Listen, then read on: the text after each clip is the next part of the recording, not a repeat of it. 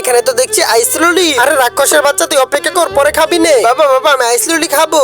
এই তোকে বললাম না আমি এখন খাওয়াতে পারবো না, পরে খাবি নে। পরে যেহেতু খাবি না, এখনই ফেলে দিলাম, দেখ কেমন লাগে। আরে বাবা, এটা কি করলো? আমার আইস ললিটা ফেলে দিল। এই তোমরা এখানে থাকো, আমি একটা জিনিস কিনে নিয়ে আসতেছি। আরে আমার মানিব্যাগ তো এখানে রেখেছিলাম। আমার মানিব্যাগ কোথায়? এই তুই দেখেছিস আমার মানিব্যাগ কোথায়? না হ্যাঁ, তুমি আমার ললিপপ ফেলে দিয়েছিলে, এখন আমি তোমার মানিব্যাগটাও ফেলে দিছি।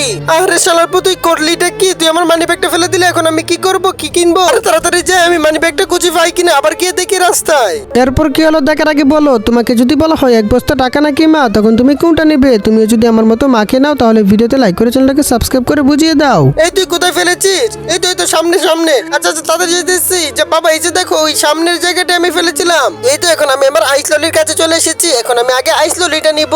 আরে এখানে তো টাকা নাই, কিন্তু আমার এখানে আইস ললি আছে। আমি এখন আইস ললিটা খাবো। কি রে, এখানে তো মানি ব্যাগ নাই। এখানে মানি ব্যাগ থাকবে কেন? মানি ব্যাগ তো আমার কুশে। এই যে না তোমার মানি ব্যাগ।